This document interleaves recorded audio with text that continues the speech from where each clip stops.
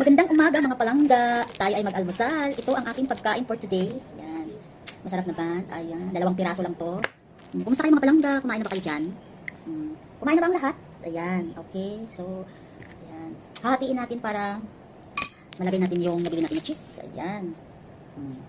O diba? Masarap yung pagkain natin ngayon. Masarap yung almusal natin. So, mga palangga, tara, kain tayo. Ayan.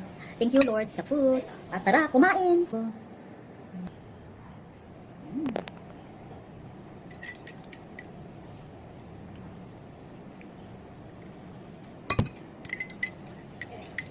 Masarap na dahil malamig, so masarap humigop ng malamig na kape. Ako hindi naman talaga kape, milk tea. Ayan. Na, bigyan mo.